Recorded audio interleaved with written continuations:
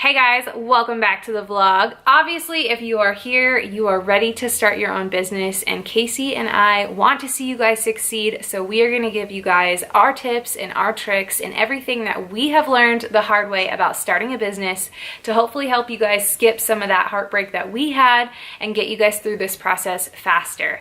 Today, we're talking all about starting your business plan. So why a business plan? Business plans are so important because it lays out all the information about the business that you're going to be starting. No matter how big or how small your business is going to be, you need to do these steps because your business plan will save you money and it'll save you heartbreak in the end. Business plans are also super important because if you're going to go get financing from a bank or a private lender, they're going to ask for your business plan so that they can see what type of business they're investing in and if they think it's going to be successful. Your business plan should show banks and investors why your business is a good business to invest in and how and why you're going to make this business work. If you're ready to start your business plan, just know there are so many templates out there for you guys. Just go into Google, type in how to start a business plan, or type in business plan template, and you will find a ton of awesome templates. When we started our coffee shop, I typed that into Google and I found a great template that allowed me to save it and go back and access it. I was able to work on it over weeks' time and fill out all the information as it came to me. I know that business plans can be overwhelming. It's a lot of information and it will take you a long time to fill these out, but just know they're super important, and remember they can save you a ton of money and they can save you a ton of heartbreak so that you know your business is going to be successful. In business, there's a term we like to call due diligence. Essentially, it just means research, and you're doing all the research ahead of time before you open your business so that you're not jumping into it blindsided. You'll make sure that you have all the information you need ahead of time so that your business has a chance to be successful. There are a ton of parts to a business plan. Honestly, if you look at the templates, it's quite long. But today I just want to talk about the top 3 things that Casey and I found when we were starting our business to be the most influential and important parts. For us, those 3 parts were the executive summary, the financing, and our exit strategy. So the executive summary is basically just the synopsis of your business. You're going to lay out all the information. You're going to talk about your mission. Why are you doing this business? Why do you want to open this business? You're going to talk about your products or your service that you're offering clients or customers. Why are people going to choose your business over the competition? How much competition is there out there? What is your target audience? What demographic are you looking for? What age? What gender? What income level are you searching for your customers to be at? These are all super important details, and the executive summary takes up a bulk majority of your business plan. Okay, for example, let's say you want to open a really high-end clothing boutique. You're going to want to first sit down and start with your executive summary. Why are you wanting to open this clothing boutique? Well, let's say you're super passionate about clothes. You have history in it. You enjoy them. You've done a lot of research. Maybe even you went to fashion school. Now you're going to talk about your target market. Who are you going to try to sell these clothing items to, right? So now we're going to look at our demographics of the area. If you want to open a brick and mortar store, you know that you want your customers to come in and buy your items, which means that you have to target a certain customer type. If your clothing boutique is mostly for women, we want to take a look at the demographics for how many women are in the area and also what is their income level. Remember, this is a high-end clothing boutique, so these items are quite expensive and we need to be able to support that by having customers who have the money to come in and purchase these items. Let's say you live in a big city like LA. This might not be an issue, but let's say you live in a very small town of only 30,000 people and the average income is only $25,000 a year. This might not be able to support your dream. It's not saying you have a bad business, it's just saying that the area that you're trying to do the business in might not work for you. Okay, next we're going to talk a little bit about financing. Financing. It can be quite stressful, right? We want to first start by writing down all the costs for your new business. When we opened our coffee shop, we first sat down with a notebook and a pen and we wrote down the costs of all of the items we would need. We went through everything. We talked about fridges, we talked about freezers, espresso machines, grinders, you name it, we talked about it. We even talked about the inventory we would need to start the coffee shop with. For coffee, we sell a lot of syrups for drinks, so we talked about syrups, cups, lids, straws. Every little thing we wrote down the cost of it. We did a lot of research. This took us weeks. It's really important that you don't just guess when you're making this list. Go out and actually find the numbers. If you're building a structure, a brick and mortar type of store, make sure you go in and talk to your city about the cost for permits. Casey and I originally thought that some of the permits would be cheaper than they were, and they came in way higher. So just make sure that you go in, you get those hard numbers, and you write them down so that you know how much financing you're going to need to start your business. So just remember, when you're making your business plan, don't lie to yourself. Be honest about what the things are going to cost, because you need to know how much financing you're going to need to walk into your business with. And remember, on day one, you don't want to have a zero balance in your bank account. You need to have money in your account so that you can carry the costs for the first several months of business. You're going to have costs occur, especially if you have employees. This is what we call operating capital. So now you know how much your business is going to cost. Now you need to figure out how to go get that money. There are a couple different ways to get financing.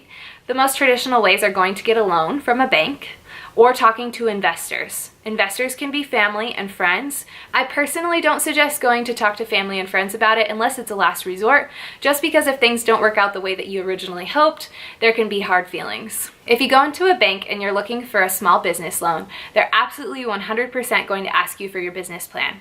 Remember, banks want to see if you're going to be a good investment for them, because their ultimate goal is to make money as well. So you take your business plan into them, and they're going to dissect it and ask a lot of questions. Make sure that you're prepared for all the questions they will have to ask you. Also remember, you're going to need good credit, and they're going to look at your personal finances as well. When you reach out to investors, they may ask you if they can be a part of your business. This is not always a bad thing. However, partnerships can be quite difficult. When an investor is investing into your business, they might want a percentage of your sales. They might want to become an actual partner so that they can get dividends out of your business. Or they might simply just give you a loan at an interest rate to be paid back to their terms. While we're on the subject of partnerships, I want to talk very briefly about them. Just remember that when you start a business, you are married to your business, meaning that it is going to rely on you 100%. Partnerships can be the same way.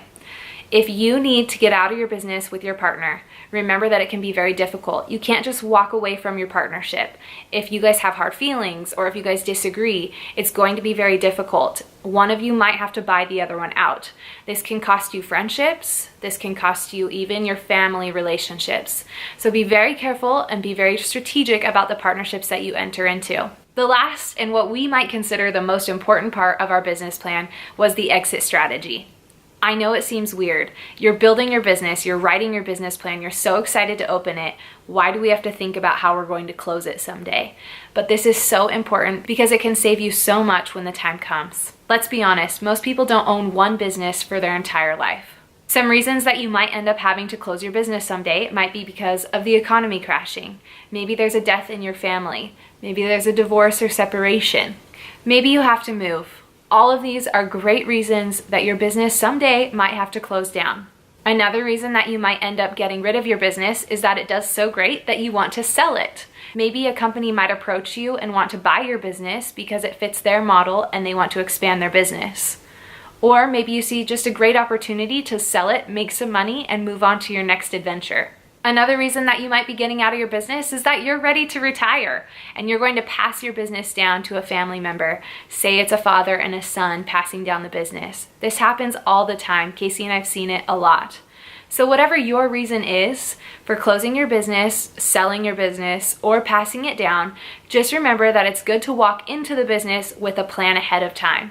When we wrote our exit strategy, we talked about how we would get out of the business just in case it didn't work. One of the things we talked about was that we could liquidate all of our assets, meaning the building, the espresso machines, all of our equipment, all of our supplies, and hopefully recoup some of our initial investment. Because we had loans out, we wanted to make sure that we were able to repay all of those loans by liquidating all the assets.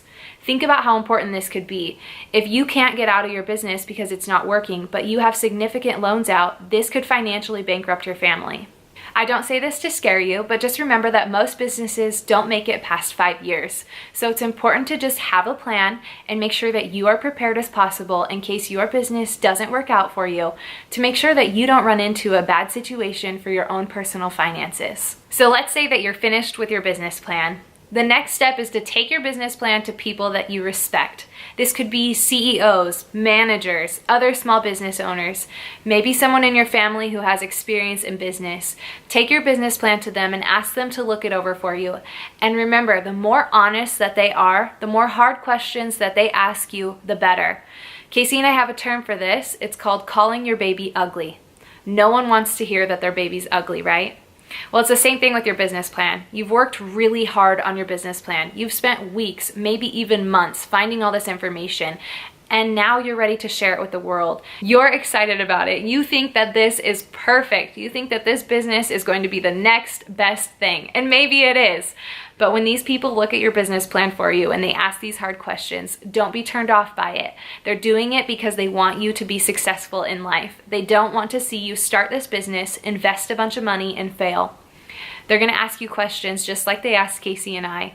For instance, when we opened our coffee shop, we took our business plan to my father, who is an entrepreneur, to my mother, who's an entrepreneur, and to my godfather, who is a retired CEO of a very large company. All of them had hard questions for us. One of the questions, for instance, was that we were opening our coffee shop on a road where our coffee shop would be on the left-hand side, meaning that most customers would have to take a left-hand turn to get into our business and a left-hand turn to get back on the main thoroughfare.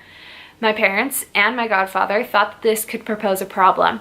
However, Casey and I were prepared, and we told them that there were 3 possible entrances to get in, that there was a low speed limit, and that there was a turning lane for customers to use. When we were prepared and answered their questions strongly and confidently, they realized that we had already considered this and that we had considered it not to be a threat to our potential business. You may be surprised by some of the questions they ask you because they're things that you never thought of while you were working on your business plan. Some of the questions might hurt your feelings. Some of the questions might be things that you feel just totally dumbfounded by because you figure you should have thought of it, but you didn't. That's why you took your business plan to someone. That's why you had them look it over. That's why they're calling your baby ugly. Remember, it's not to hurt your feelings or to squash your dreams. It's to make sure that this plan that you've worked so hard for will be a success. By no means is this the entirety of a business plan. There are so many important steps, and I don't want you to skip any of the steps. Every one of them is just as important as the last. But during this video, we talked about the 3 most important things that we found when we were starting our business to be the most influential after we took a look back after starting the business.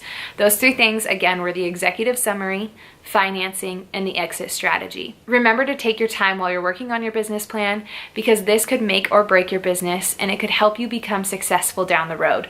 Thank you guys so much for watching this video today. I hope that it helped you if you are working on your own business plan, and I hope that you learned from Casey and I's advice as we started our own business and have been in business now for the past 5 years. Don't forget to subscribe below if you'd like to see more videos like this as we walk you through how to start your own business.